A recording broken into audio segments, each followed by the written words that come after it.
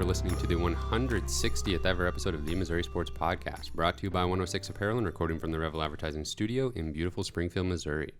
I'm one of your hosts, Cameron Albert, alongside my good friend and fellow Mizzou fan, Kyle DeVries. How are you doing today, Kyle? I'm doing great, Cameron. How are you? I'm doing well. We were just talking before about this lovely fall weather that has overcome us. I love it. I think I'm like wired weird or something where... Well, that's true. That's definitely true. This kind of weather just makes me happy, man. Like, I don't mind the cold, and this kind of thing makes me happy. Like, I was with my family the other night, and they were all like feeling kind of depressed, like thinking about daylight savings time coming up and all that stuff, and I'm just like, I don't even mind it. No, it's fun. It's a fun time of year for me, at least. You've radicalized me to your line of thinking over the years, and I'm with you. I'm all in. I still love summer. I like it less and less as I get older, and I really appreciate the fall. I appreciate the cool mornings. I appreciate the fact that I can drink my coffee in the morning and not immediately start sweating. Yeah, have the windows open. Yeah, it's very beautiful. Yeah, it's very nice. And it's football weather, of course. Of course. That's probably what it really is. That's probably why I like it so much. I mean, it doesn't hurt. And like where I work, the last few years, it's like we're crazy busy in the summer and less so in the winter. So I can actually like feel appreciation for the winter. Yeah. Yeah. If it was the other way around, I could never do what I do, because if we were busy and it was hectic in the winter when it's awful and cold, I would say forget it. All right, Kyle. So we have to talk about today a basketball commit, biggest one in years for Conzo and company. We have the SEMO game to recap and the Boston College game to preview. But before we do that, special thank you to all of our Patreon subscribers, as well as our YouTube subscribers, and anyone who has left us a review on iTunes or the podcast service that you use. We appreciate all of you for checking us out on those different platforms, and leaving us a like on the YouTube video is always appreciated. So, Kyle, Aidan Shaw picks Mizzou. 4-star, like top 50-ish player according to all the recruiting services. He's a 6'8" forward from Blue Valley High School in Kansas. This is, I think, if it was a different time of year, if it wasn't like football season, I think this would be getting more hype. But this is a huge get, I think, for Conzo and staff. He's the highest rated recruit since Conzo's first recruiting class with the Porters and Tillman. And according to 24/7 Sports, he's the 12th highest rated all-time recruit for Mizzou basketball.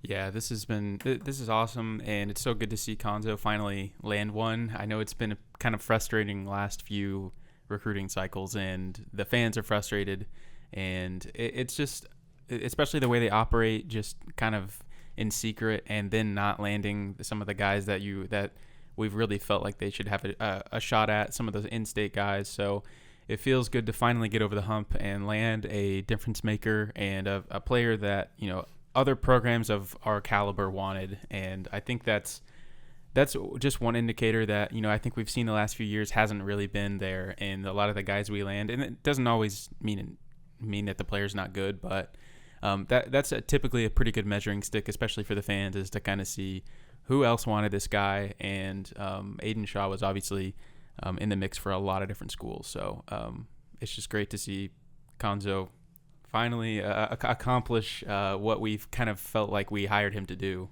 Yeah, I mean, there's been like half a dozen players around this kind of recruiting ranking or better over the years, and we missed on just about all of them. I mean, Mario McKinney was much lower than Aidan Shaw in the recruiting rankings. We got him, but obviously that didn't work out. So, yeah, he had offers from Arkansas, Creighton, Iowa, Maryland, Oklahoma State, Texas, USC, and several other high major programs. So getting him on board at this point is huge. There is one other commit already for the 2022 class, and it's projected to be a pretty small class. So getting a player of this caliber who I think has the ability to come in and contribute day one, but also develop into like an all-conference type player who will stay 3 or 4 years.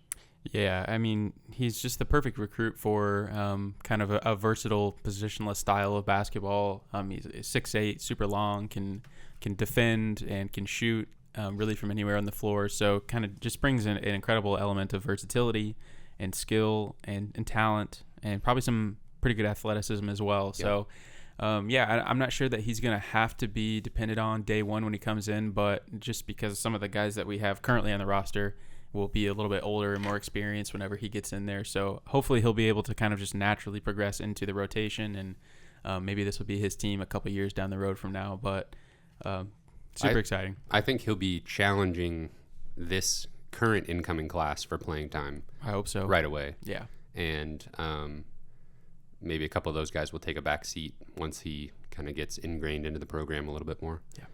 In high school, he had kind of like two different styles of play depending on if he was playing for his high school team versus his AAU team. For Blue Valley, he was just kind of like their go-to guy all the time. And he would shoot a lot of threes, block a lot of shots. There was like several highlights of him blocking a shot on defense and then coming down and draining a transition three. It's like Jordan Barnett-esque. Oh, yeah. Yeah, like a taller Jordan Barnett. That would be really cool, but he's probably not quite as athletic as Jordan Barnett. But yeah, I mean, you said it about the positionless basketball. I mean, I think he will be able to guard 3 positions at the college level, maybe 4 eventually. You could potentially put him on a 2 guard at some point in his career. So Missouri has kind of struggled with defending the rim at times, and having a guy who can switch and get back and have long arms and block shots and run in transition, he really is like the prototypical type of forward for modern college basketball, positionless basketball. Yeah, that's one thing that's fun about basketball recruiting too. Is just you land a couple of difference makers and it can just change your entire program. It takes sometimes years and years in football recruiting to finally get the guys in your program to run your scheme and all that stuff. But in basketball, it can really just take a couple of recruits that hit to really change the trajectory of the program. So I certainly think that Aidan Shaw is capable of being that kind of player. So it's going to be exciting. I think he shot 35% from 3 his senior year. So if that translates to the next level, then he will definitely see a lot of playing time early. For sure. All right, so Missouri had a football game against SEMO. It was a blowout. They won the game 59-28. It was not close at all in the first half. Missouri did whatever they wanted to do on offense. SEMO's offense got going in the second half against Missouri's reserves, and that had some fans concerned on Twitter especially. So we'll talk about that. But first of all, Connor Bazelak and Tyler Beatty did whatever they wanted to early in this game, especially Tyler Beatty. I was like ready for them to pull him after one drive. Like he had a long touchdown run to start the game, and I was just like, okay, we know he's good. Like, go ahead and sit him down, rest him for the SEC schedule. Yeah, I was kind of in the same boat with you. I was a little bit surprised at how long he played. I mean, I think it was was it into halftime was how long he played. We were actually talking about this a little bit before we started recording, but those guys like Tyler Beatty, Connor Bays, like they want to have a shot at, maybe, having some great stats from a game or playing against inferior competition. It's probably pretty fun, especially if you're just coming off a tough game against Kentucky. It's probably fun to get to let it loose against a team like SEMO and just really see what you can do.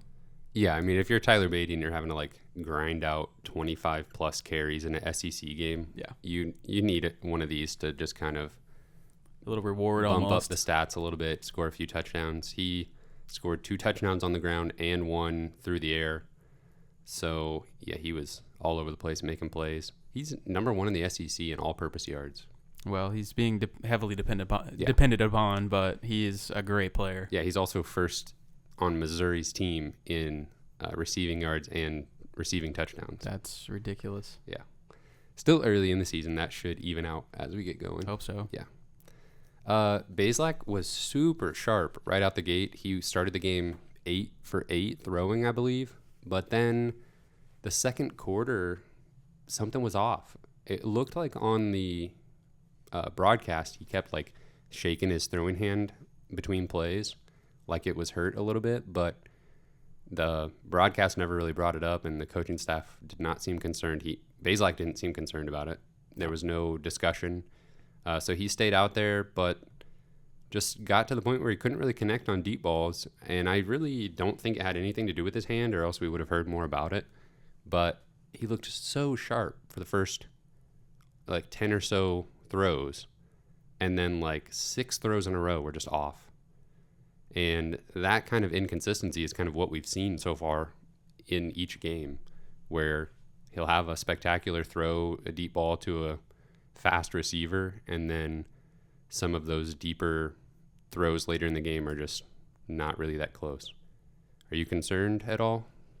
No, I don't think so. I feel like we kind of know what Bazelak is for the most part. But yeah, I mean, he has to improve at the deep ball. I think that's pretty much objective number one for his improvement right now. Is we've seen him throw the crisp short passes. He's super accurate, but we got to be able to extend the field and prove that we can make the big play, or else so we can open up some of those intermediate underneath routes in the running game and stuff like that. The deep touchdown to Boo Smith, Bazelak threw it like to the middle of the field and allowed Smith to kind of run under it, and it was an easy touchdown. And I think that's what they need more of moving forward is throw it. It's, pretty basic deep ball concepts. Throw it to the side of the field where your receiver can kind of run under it and make a play. And I think even like earlier this season, Dominic Lovett kind of said to him, like, after a play, like, let me run under it. He was like motioning to him, like, throw it over this way. Mm-hmm. I think that, it was Dominic Lovett or Boo Smith that did that, but it was good to see Dominic Lovett and Mookie Cooper be a little bit more involved in this game. I think that's kind of maybe the key to Bazelak's improvement in that department is I think both of those guys can be deep threats. Obviously, they can outrun probably mostly anybody. Lovett looks so good. Yeah. He just freshman. looks so polished and, I don't know, very smooth. Yeah. Chance Looper has looked awesome this year, too. Yeah. I guess what it comes down to for me on like the execution of the offense against SEMO is they kind of had to resort to just getting the ball to fast players and letting them be faster than SEMO. Yeah. And they started out executing perfectly. Bazelak then started to not be able to hit guys down the field, so they were like, okay, that's fine. Let's just throw short passes to these fast guys and let them run. And you could do that all day against inferior athletic competition, but that's not really going to work in SEC play when the defenses are actually faster than you. So I guess that's where my concern is, that we need to be executing like the vanilla offense down the field against inferior competition, because, route running and good throws is what will help you win a game against a SEC team. Just throwing it short and letting the guy run fast is not going to get it done against Florida. Yeah, I mean, I agree with you. It may have just kind of been Drink wanting to experiment with some different plays and get the ball into other people's hands and stuff like that. I don't know how much the play calling changed in the second quarter, but yeah, they didn't look quite as sharp, but I'm not too terribly worried about it. All right. I'll settle down. Michael Cox had a big second half. Yeah. He had a 55-yard run where he looked big and fast and hard to tackle. I'm telling you guys, really good. Michael Cox, he's my boy, and he's gonna. I don't know. I can't believe he was a walk-on. First of all, I mean, he just looks like a beast, and he was a beast in high school.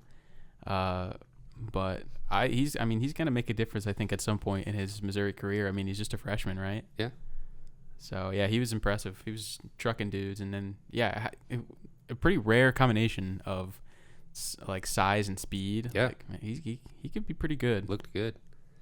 At some point in the second half, Tyler Macon came into the game. He completed his first pass for a touchdown to J.J. Hester. Mm-hmm. J.J. Hester looked fast. Yeah. Yeah, JJ Hester, we haven't really seen him on the field a lot, but he looks a little bit bigger than I was expecting, like in a good way. Mm-hmm. He looked really fit and very fast. So, yeah, I mean, we already knew this, but Missouri's wide receivers are good, and they need to be put in situations to utilize their skill sets, and I think that was definitely done well for the most part in this game. And Brady Cook had some run at quarterback as well. He had a touchdown pass. He was 4 for 4 throwing the ball. The offense looked pretty good throughout the whole game. Yeah. There weren't really any issues there. They kind of slowed it down a little bit. The fourth quarter, they just kind of bled the clock. Mm. But what about that defense? What about those defense reserves that kind of didn't look so hot in the second half? Yeah, that was disappointing to see. And I'm pretty sure SEMO took some of their starters out too, and just to get some of their younger guys some run. So that was concerning. A lot of those guys are playing their first college games ever. So I don't want to sound the alarm and say that Mizzou's going to be bad for years or something like that. But we know that Missouri has some depth issues in certain positions. They're pretty thin at linebacker. After their first two starters. The D-line looked a little soft, but, I don't know. I think there's still a lot of talent, a lot of potential. I mean, some of those younger guys, there's going to be holes that need to be filled in the next few years, but I think there's definitely some pieces that are going to be just fine. And like Travion Ford, I mean, pretty sure he hasn't practiced in a long time. He had an Achilles injury that he's been rehabbing, and that was his first college snaps. But he looked good out there for the most part, so there's some exciting pieces. It just didn't really. It was disappointing to watch on Saturday, though. Yeah, the Missouri starters on defense though did what you want them to do against the FCS opponent. The starters look great. I mean, they got up to 38-0. I think is the score at one point in the game, basically. And that was at halftime, I think. Whenever the starters kind of started filtering out, so really no concerns, especially for this year's team. I don't have any concerns as far as what we saw from Saturday's game. They looked really good. Unless several players get hurt. Yeah. Well. I forgot what I was going to say. We have had pretty good health so far in the season for the most part. Yeah, everybody's knocking on wood. Jay Macklin's supposed to be coming back soon. I think Devin Nicholson did go down in this game. I haven't heard an injury report from him, so hopefully he's doing okay. Yeah. Not Devin Nicholson. Darius Robinson. I'm sorry. Yep. That's a pretty big difference. I was like, I missed that.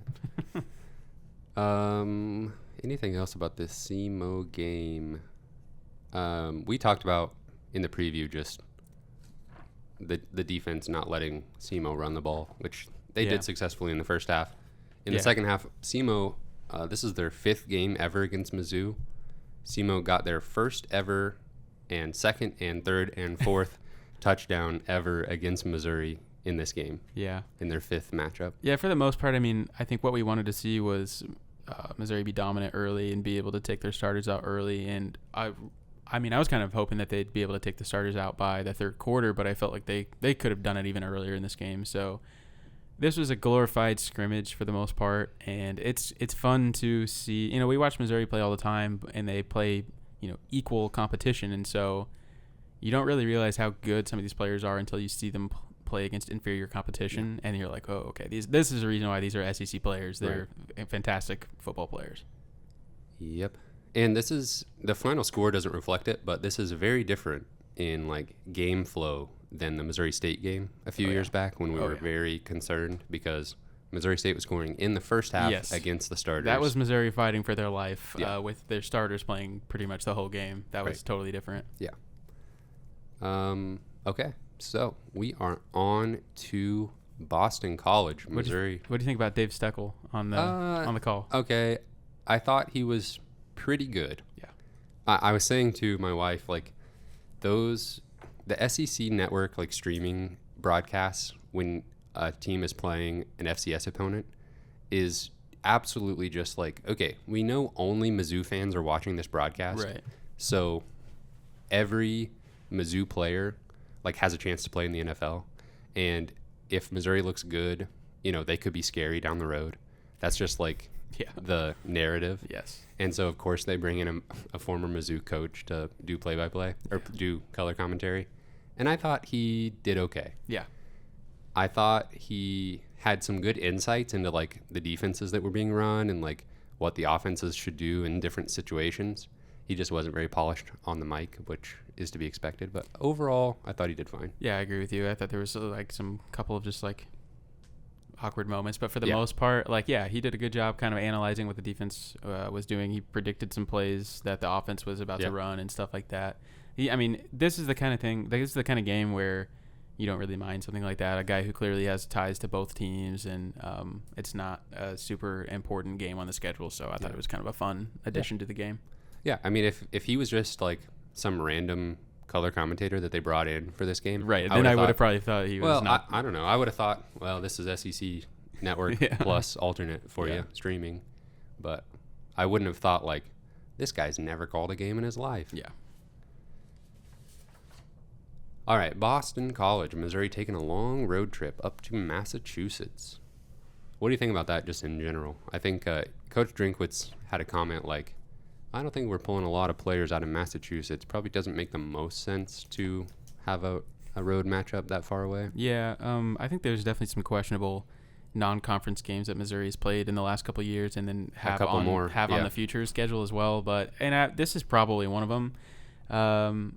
I think Coach Drinkwitz made a comment that he would prefer to probably play a more regional opponent. That's reasonable. Reasonable for for recruiting and just when they scheduled this game, Boston College was probably not a very good team. I think Boston College is probably a lot better than they were thinking they would be when this game was scheduled, probably like 15 years ago or whenever it was. But it's kind of cool just because it's something different. But if I don't hate it. Yeah, it's fine. Yeah.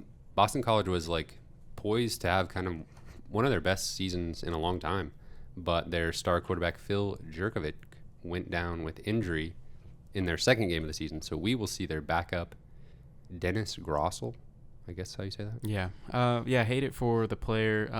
Obviously a guy who probably had a pretty good shot at being a top draft pick and may still have that opportunity. I don't know if he'll come back for another year or not, because I think he's a junior.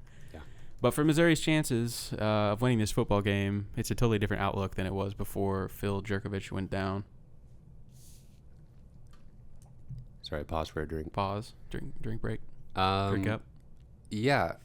Boston College is a pretty solid team. They haven't played anybody this season. They're I can't even figure out who their best opponent is that they've played. It's definitely not FCS Colgate. Not Colgate. Who they beat 51-0. But I think they still had their quarterback at that point.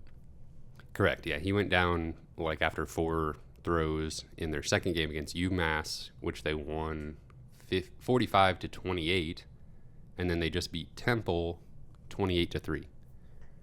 Both of those programs not great. Temple is pretty terrible.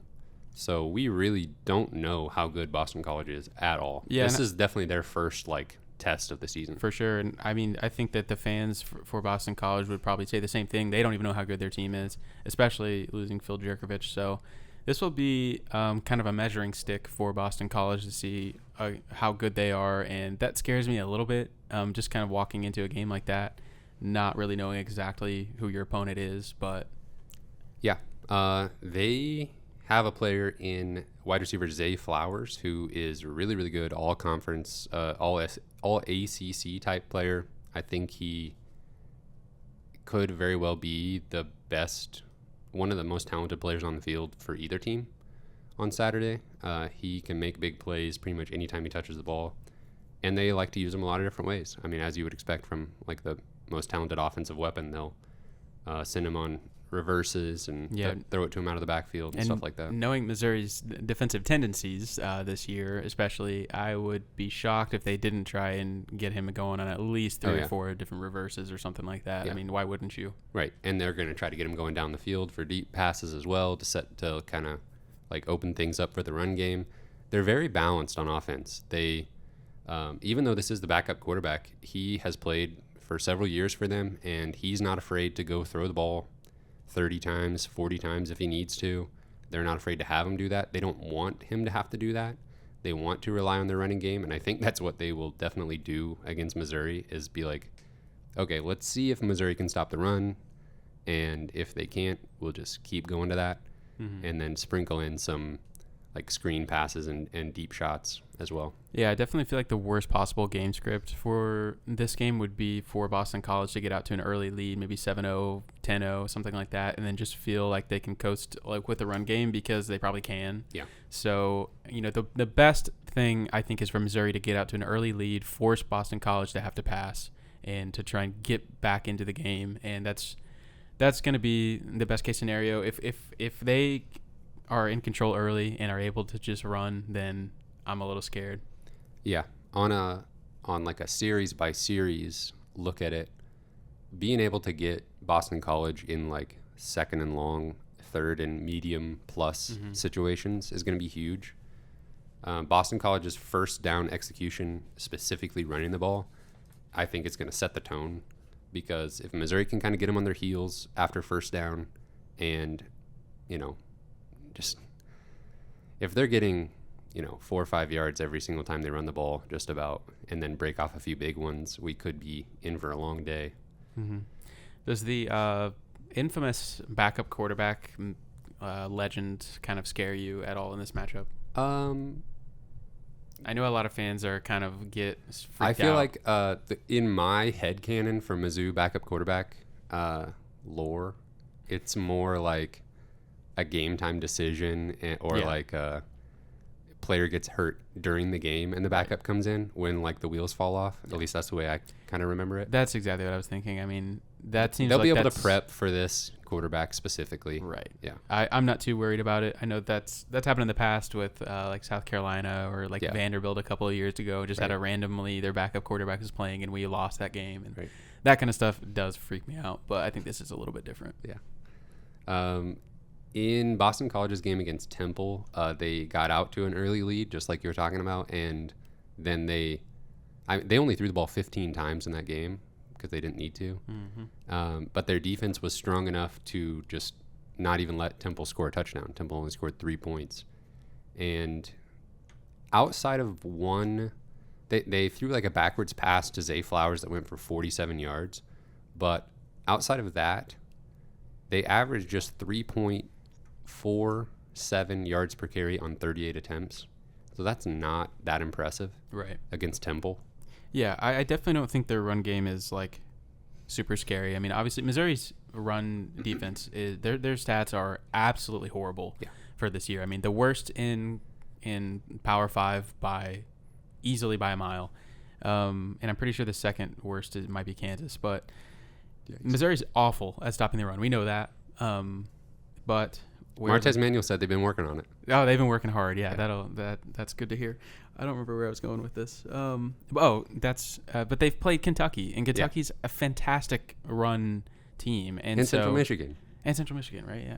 So I think that we probably have, hopefully, this is me maybe being a sunshine pumper, hopefully seen the worst of it, the worst that Missouri's going to look stopping the run, just because we've played a really good team in Kentucky, and maybe it just took a little bit of time to figure out the scheme against Central Michigan, but we'll find out. We are going to find out, because I know for a fact Boston College is going to try and run the ball. Yeah, as they should. Watch out. This prediction time. Watch out. Boston College, first play of the game, just the hardest play action fake you've ever seen in your life. Probably, yeah. Missouri better be ready for it. Yeah. I do think it's funny that, Coach Shrink is kind of almost challenging his team in press conferences and stuff like that. I mean, he just comes out and says we're terrible at stopping the run, and the other team should never not run the ball. He just comes out and says it because that's where we're at right now, and that's the weak part of the team, and that's the obvious place that other teams can take advantage of us. So it just has to improve if Missouri is going to want to win 8 or 9 games this year. Which was a lot of people's expectations, maybe even us coming into the year. So they got to get it figured out. Yeah, Boston College is definitely going to key in on Tyler Beatty and try to make anyone else beat them. So obviously that means Connor Bazelak and the other Missouri receivers are going to have to step up and make plays. And I still think Tyler Beatty will have a solid game, but they are going to do everything they can to make sure he doesn't just like dominate, I think. They'll be watching him every time. I think they'll have a player assigned to him just to make sure that he doesn't get loose. I think that's a fair assumption, Cam. It's gonna be a high-scoring game. Okay? That's where I was going with that. Is Boston College going to be able to slow down Missouri's offense at all? I would probably not. I think there's gonna be a shootout. To be completely honest. They did give up 28 points against Massachusetts. Yeah. Missouri's offense is great. No concerns whatsoever at this point for Missouri's offense. I think they're efficient. They're talented. They're explosive. I'm really at this point. My concerns are all defensive related for the most part. Surely they can get enough stops. I think so. I think Missouri's a 2-point favorite on the road. Yeah. As of right now. Yeah. What do you think? Oh man, I feel like I gotta predict a win, but going on the road to Boston College and the defense has looked so bad. Shipping up to Boston. Yeah, backup quarterback. Vegas doesn't care. I think Boston College would have been like a 3-point favorite with. I think they would have their been starting quarterback. I agree. 3 to 5 maybe. Mm-hmm. So I guess a touchdown swing with the quarterback. Yeah. I think Missouri does enough in this game. I think I don't know if I can say they're going to figure out the run, but I think they'll do just enough to be able to slow Boston College down. I think their offense will be competent enough to carry them a little bit. I think Missouri wins 41-34. I wrote down 41-35. Oh my gosh. Terrible prediction. Sounds like we're on the same brainwave there. Kyle says 41-34. I say 41-35. As far as game script. Missouri wins. Yeah, I mean that could easily be reversed. Oh, for sure. Yeah, Boston College ACC team at home. Never know what can happen whenever Missouri's traveling all the way across the country for an 11 a.m. game too. That's not great. But yeah. I think Boston College fans will show up as well. Yeah. This is a excited. huge game. It's a huge game for them. Yeah. So anytime you get to have an SEC team at home, I think that's a big deal. Yeah, and a team that you can beat. For sure. Yeah, their first kind of real game of the season. Got to see what that backup quarterback can do. Yeah, they're going to be pumped. It's always like, we're in the middle of football season, but whenever you're playing SEMO, it's kind of just like, I wish we were playing somebody. I wish we had a bigger game this week or something, but this is a big one. This is kind of, we have a few toss-up games throughout the year. There's not a lot of opportunities to beat teams that are similarly ranked as you, and you have to take advantage of those opportunities when you have them. Missouri did not beat Kentucky. That was already one of those opportunities, so they pretty much have to win this game. Backs are against the wall. If they lose this, I'm afraid this season is already looking a little more disappointing than we hoped. Yeah, it will depend a little bit, of course, on how they look if they lose. But yeah, if the defense just gets steamrolled, then we can start to think about some of those other kind of toss-up games probably not going Missouri's way, or at least they won't be favored in them. Yeah. All right, we're both predicting a win. Let us know in the comments what you are predicting. Give us your score prediction. If you're really close, we'll give you a shout out next week. Predict something different from us though, because we've got that high scoring Mizzou touchdown win. Yeah, locked down. All right, we are ready to pick some more games, I do believe. We are on to SEC Pick'em Plus Nebraska. And we have a new guest picker this week from our Patreon audience. If you want to be the guest picker, just sign up to our Patreon page. Subscribe there and support us there, and you'll get some perks. One of those is you could be a guest picker on the show. Producer Cameron, how did we do last week? Not too bad. And by we, I mean you and I. Unless you're me. And, yeah. And Britt, our guest picker. Yeah, Kyle missed. I took some risks. Yeah, and they didn't pan out for Kyle. You got to do that sometimes. So I'm going to have to keep doing it now because I'm way behind. Cam and Britt both got 11 points. I got 10, and Kyle got 8 points. Oh, that's not as bad as I thought it would be. Well, it's never that bad. I mean, you're not each usually week, if it's not bad, True. it adds up. Yeah, if you're bad, just a little bit bad every week. Exactly. So our total points right now, the guests and Cam are at 19 points. I'm at 16. Kyle is at 14. Okay. It's adding Got my up. work cut out for me. It's adding up. All right. Alrighty. I might get squirrely this week and pick some. Great. Big Hope you do. upset. There's probably some work out great opportunities for you. this week to make some moves. So let's see what happens. We got a new guest picker this week. Ryan. Let's see what he's got. We're not picking the Alabama game. It's over 40-point spread. Forget it. Not even worth it. What did he say? This is not financial advice. Yeah. Yeah, he had some funny comments. I'll pull those up. Or do you have those in front of you? I can. He had some little analysis for each Oh, yeah, game some that I great thought was analysis. pretty. All right. Game 1, number 2 Georgia at Vanderbilt. Georgia is a 35.5-point favorite. Probably Georgia win that one. Yeah. Thought you were getting squirrely. Not yet. Okay, I agree with you, Georgia. All right. Everybody's got Georgia. Georgia's a given, according to Ryan. Easy point. All right. LSU at Mississippi State. LSU is a 2.5-point favorite. Give me the home team. I'm sorry, Mississippi State. Bulldog fans, but I'm sure there's a lot listening to this podcast. I don't like you guys very much. You're hard to The fans. predict. The fans specifically, you don't like Okay, them. the football players and Mike Leach, I don't care for you because you're really hard to predict what's going to happen, and I think I've missed both games so far of your season, and I want to pick LSU. Ooh. I'll take the home team. I'll take Mississippi State. Me too. All right. And Ryan also has. When it's 3-1, Kyle doesn't have a very good track That's record. not so- good. Hey, it's an opportunity. That's funny. Alrighty. Number 7, Texas A&M at number 16, Arkansas. Texas A&M is a 5.5-point favorite. Oh, man. That's a Number little bit. 16, Arkansas. I know. Gosh. That's actually a little bit bigger spread than I thought it might be. Really? At Arkansas? Mm-hmm. Jeez. Or where's it at? It says A&M versus Arkansas. Oh, what the? Why is that one different? I let me don't know. look that up. Okay. What are you thinking? I kind of want Texas A&M to win for some reason. Yeah. Well, I'm kind of just like, hey, Arkansas, chill We're- out. Yeah, I mean, we're about to play. Yeah, chill out.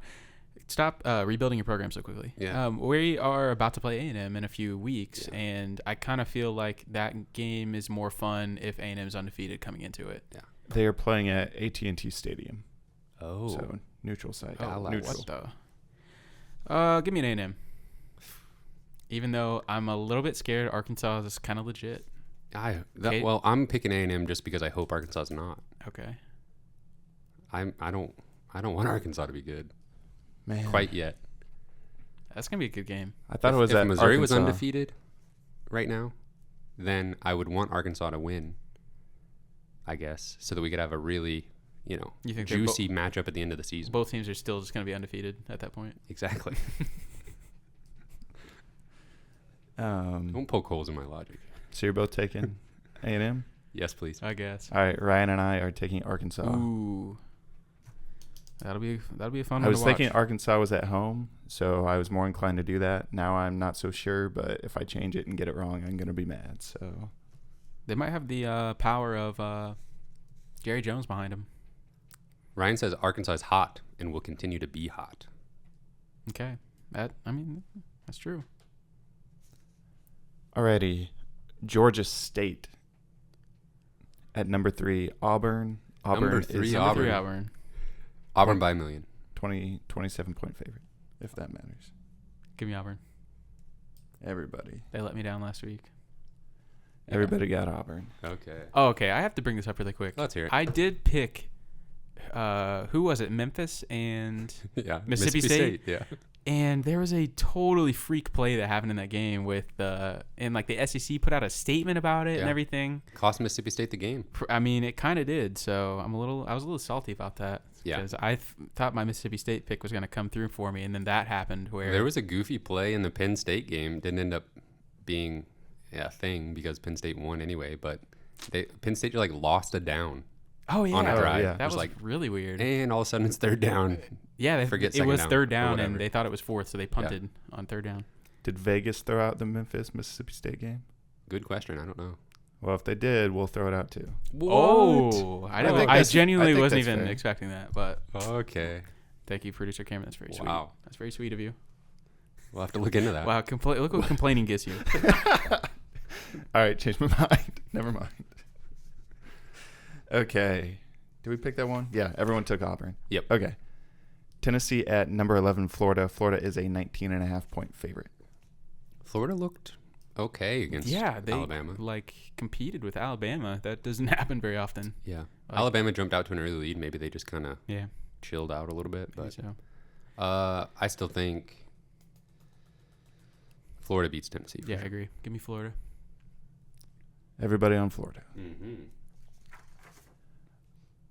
Kentucky at South Carolina. Kentucky is a 5-point favorite. South Carolina at home, a 5-point? I don't know. I'll take Kentucky. Yeah, I feel like Kentucky wins this easily, right? They barely beat the mighty Chattanooga That's last true. week, though. They beat them by 5 points. Gosh. If Kentucky's not legit, The Chattanooga just has an NFL D-line, right? They were able to slow down their run game. I don't think so. If Kentucky's not actually good this year, I'll be so sad. I think South Carolina is pretty bad, so give me Kentucky. Yeah, me too. Kentucky. Kentucky all around. Ryan predicts a blowout. You might be right.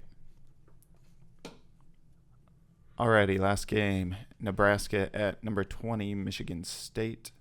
Michigan State is a 5-point favorite. Ryan says low-scoring affair, but MSU will come out on top with the win. I'd put money on Nebraska putting up less than 17 points. I feel like when I watch Nebraska, which is unfortunately more than I feel like it should be, but they're on a lot. Yeah. Adrian Martinez looks good, mechanically. I feel like athletically, but they're just I don't know. I don't know if it's the team around him or what. Offensive line bad. Scott Frost. Scott Frost bad. He's bad. Anyways, give me Michigan State in this game. It's only 5 points. Where's it being played? Michigan State. And 5 points? Yeah. Michigan State's number 20. I agree. I feel like you bet that. Bet it. This is not financial advice. No. But, yeah, Michigan State by more than 5. I agree. I'll take Nebraska. Oh my. Free points. Free points. It's the only reason Cam's not winning so far is because he just keeps picking Nebraska.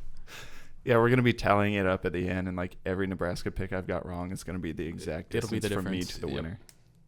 Handicapping yourself. We appreciate it. Yep. Thanks a lot. They'll win eventually. Enough to pick them every week? Probably No. not, but We'll see. All right, we're taking Michigan State. Ryan takes Michigan State. Oh, yeah. All right. Good luck, everyone. See you on the gridiron. You in a good iron? Yeah. Do you have anything else you want to say to the folks? No. Enjoy every single one of these football games. It's a short season. Don't be sad if Missouri's defense doesn't look too great. Just try to enjoy what the offense is doing. There's not very many games left already. I've reached that point in the season. Where you're already thinking man, I wish this would last forever. Yeah. I'm sad that it's going to be over. I do that. I really do. I'm like, oh man, we're already 21.6% through the year. I do that at a concert.